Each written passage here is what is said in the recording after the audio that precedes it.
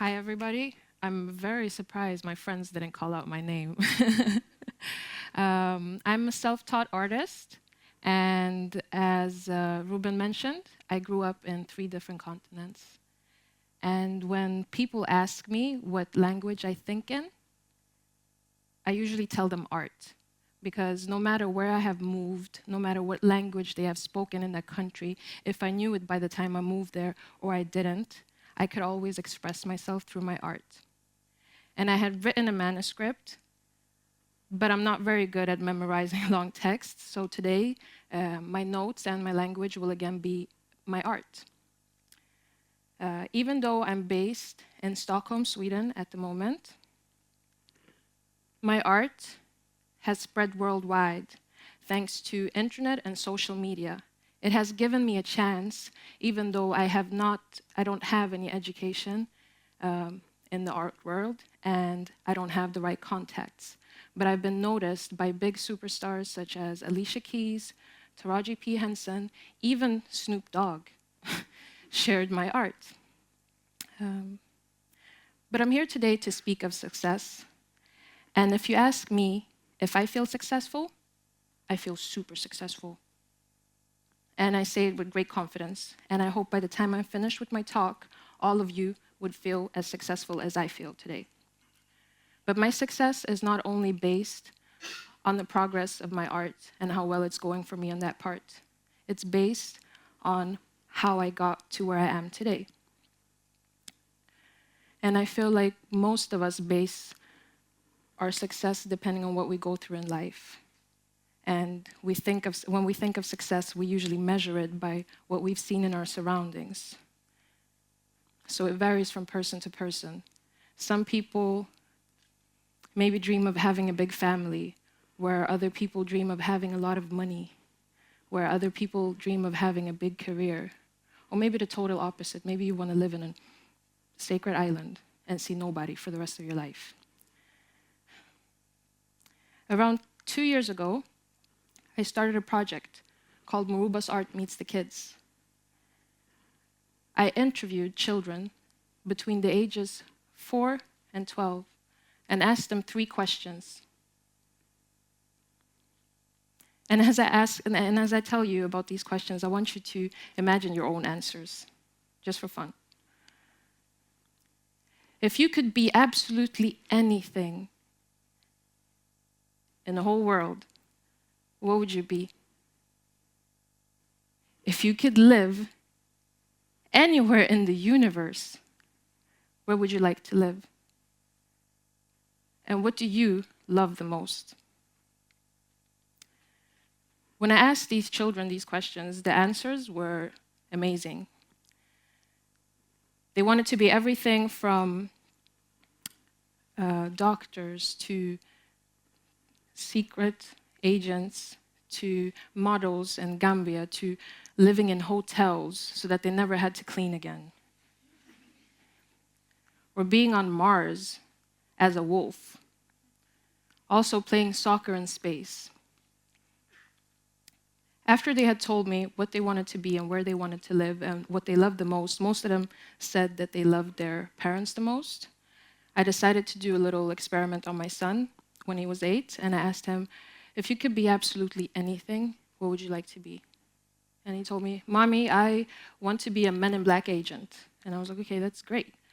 And where would you like to live? And he said, Mommy, I would like to live in the highest tower in Dubai. And then I asked him, to me, the most important question, who do you love the most, or what do you love the most? And he told me, gorillas. You can see his picture right there, it's at the bottom. I'm a very proud single mom. I painted these pictures to make them visualize their dreams at an early age, to make them believe in their dreams before anybody could tell them that they're stupid or impossible to achieve. As I asked you earlier, I wanted you guys to imagine your own answers, and I can almost bet all the money I have, and it's not a lot, that your dreams were not as big as these children's. Am I wrong? So what happens to us throughout our life to make us stop dreaming this big?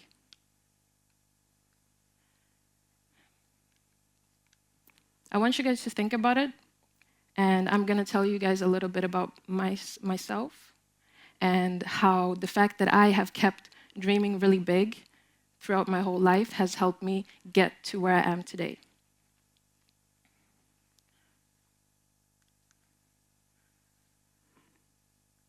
I was born in Moscow in '88 when it was still the Soviet Union. My parents were an interracial couple, and it was frowned upon. Even before I was born, their relationships was attacked, and when I was born, it did not get better. When I was born, it didn't take long before I got called names because of how I looked and what I represented. And eventually, for various reasons, my mom put me in an orphanage. And when I was put in the orphanage, I did not fit in with the other children. Like, imagine, this was Russia in the 90s. And here I am, a black child. They didn't know how to do my hair. Most of the time, it was cut off. I'm half blind, so my eyes have always been cross-eyed. And I'm black. I did not fit in. And when the adults would come to the orphanage, they would never pick a child like me because I don't look like the perfect child that you would want to bring into your home. Nobody would ever believe that I could be your real daughter, or yeah.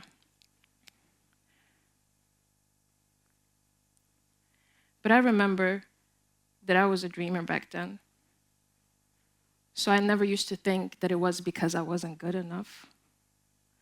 And when my caretakers would watch TV and I would see Michael Jackson there a lot, I would ask them, why is he always on TV? And they told me it's because he's kidnapping children and taking them home. And that's when I knew. That's when I knew that I was meant for something greater. Michael Jackson was coming to get me. He was going to come and get me in a golden helicopter in the middle of the night and scream out, "Where's the only black girl in Russia?" And I'll be like, "I'm here." Hee hee. But can you imagine somebody greater came? My dad actually came to get me, and that's a blessing. And he took me to Sweden. But I thought I was in Africa because I had never seen so many people that looked like me. And then I realized I was in Tensta, which is a Swedish suburb where most of the immigrants live. And that's where I grew up. To me, from the day my dad came and got me, he was my hero. My father was born in Musoma, Tanzania, and made his way all the way to Russia. And from Russia, he made his way to Sweden. And on his path, he had gotten so many degrees. He knew 6 languages. But when he came to Sweden, he was suddenly worthless. And at first, he was trying to fight it. He still had his pride. But eventually,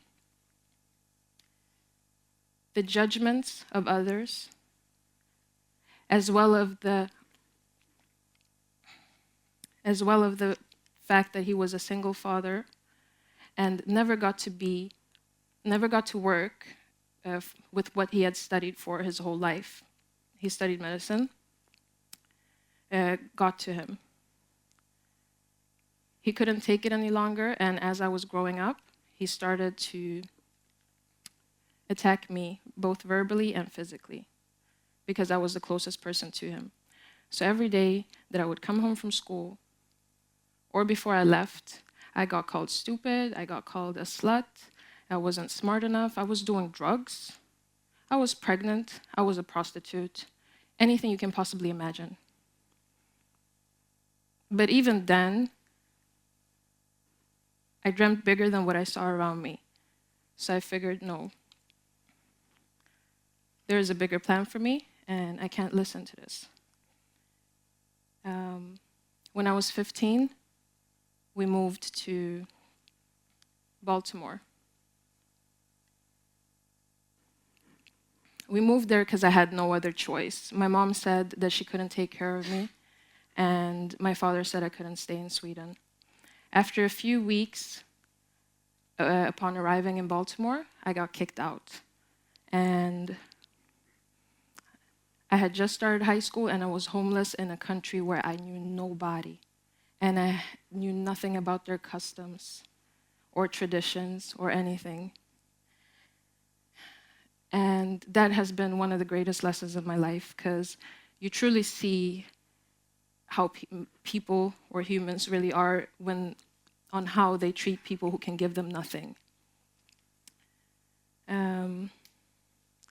So basically, while I was homeless, I got raped of my virginity. I get emotional because I speak from the heart and I'm an artist, so I give you that. I went to high school every day, but I couldn't do my best. And after 1 year, one of the people who worked with our grades lowered all the grades that I came with to this school, and basically made me a student worth much less than I had came in, so that their school would look better as I left out. Like they had nothing to do with why I was failing. And they didn't, because I was homeless, but still, they didn't have to lower my grades. And then came the time that that I had finished, because I did finish high school. Not how I wanted to, but I finished, because I was determined. When I was supposed to get my first job, I wouldn't get hired because I didn't have the right clothes. I had not started making money yet, and none of the stores that I wanted to work in hired me. Not the clothing stores, not the food districts, nothing. So eventually I went to a car shop, car service, and I forced myself in there. I washed windows and vacuumed cars, and went there without pay for a few days until they really tried to get rid of me, and they gave me a computer test. And I finished that computer test, and on the first day I was certified for doing around 4 services on cars, and I knew nothing about cars, but I was still more certified than anybody at that shop. So eventually they had to give me a job somewhere else. But if I go back to where I started, which is Murobha Arts Meets the Kids, I want to go back to that project. And that project actually started when I was homeless and I was living in a basement. In the house of this basement, there were children. I always had an easier time talking to children because they're non-judgmental, and they're the only ones who treat you well when they can't get nothing from you. So I remember I was sitting there with Boo Boo, who was 8 years old, Kimani, who was 8 years old, and Makaira, who was 5. And I was sitting on the porch, and I asked Boo Boo, what do you want to be when you grow up? And he told me, I want to be a rapper, like T.I. And then I asked Kimani, what do you want to be when you grow up? And he told me he wanted to be a lawyer. And then came Makaira, and I asked Makaira, what do you want to be when you grow up? And she told me, I want to be a clown. A clown? Never in my childhood life or my teenage life had I met somebody who wanted to be a clown. And I asked her, why do you want to be a clown? And she said, I just want to be a clown. And I let her have that. A few days pass, and I hear her mother and her father arguing. And it ends up with the father running out of the house and the mother saying, oh, your daddy's a clown. Always has been, always will be. And to me, that's one of the most important moments in my life, because it was so beautiful that Makaira saw her dad as this big hero, that no matter how the world looked at him, to her, he was successful. So I always try to look at myself and remind myself of how far I've come through my childhood eyes. If young me looked at myself today, I would be amazed. Because can you imagine that artists that I used to listen to as a child share my art today? Can you imagine that I have no degree, but I have shared my story over the internet to the point where I can write a play in the National Swedish Theater? Unfortunately, around 2 years ago, right before I started Murobha's Art Meets the Kids, Bobo died at 19 because of gang violence, and Kimani got shot by the police next to his father 30 times. And I want to tell you guys that there is no difference between me or Bobo or Kimani. The only difference is that I've been lucky, because getting raped in a country or in a city where 20% of the citizens have HIV and not get it is plain luck.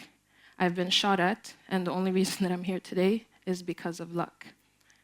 So the reason that I wanted to paint children's dreams was to make them, as I told you earlier, believe at an early age that they could achieve absolutely anything.